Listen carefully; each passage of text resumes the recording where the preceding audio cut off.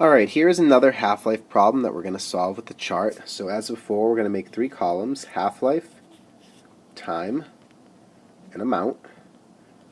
And just as before, we're always going to make sure we start with 0 half-life, 0 time.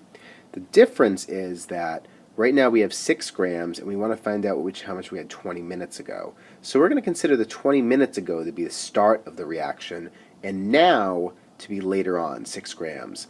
So that would be 20 minutes later then. So we can say, hey, 20 minutes later, we have 6 grams. So this is the now point, and we're saying how much do we have 20 minutes ago, so back at time 0. So our goal is to work backwards here. Now we know the half-life is 5 minutes, so there's two ways we can figure this out. We can say, hey, in 20 minutes, if the half-life is 5 minutes, how many half-lives have passed? So 20 divided by 5 equals 4.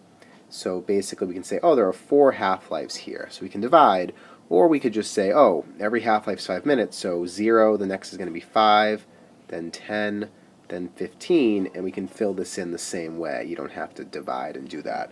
The point is we can figure out how many half-lives it took to get to 6 grams. Now what? Well, now we're going back in time to figure out how much we had 20 minutes ago.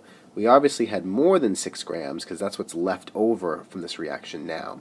So 1 half-life before 6, what did we have? Instead of cutting them in half, we're going to double.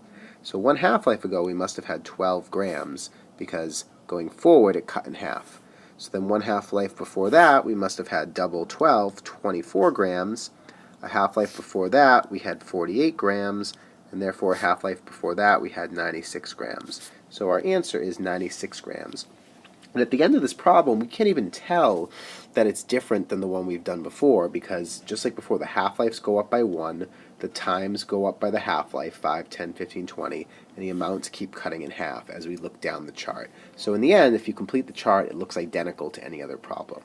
So, until next time, I am Derek Genova. Have a delightful day.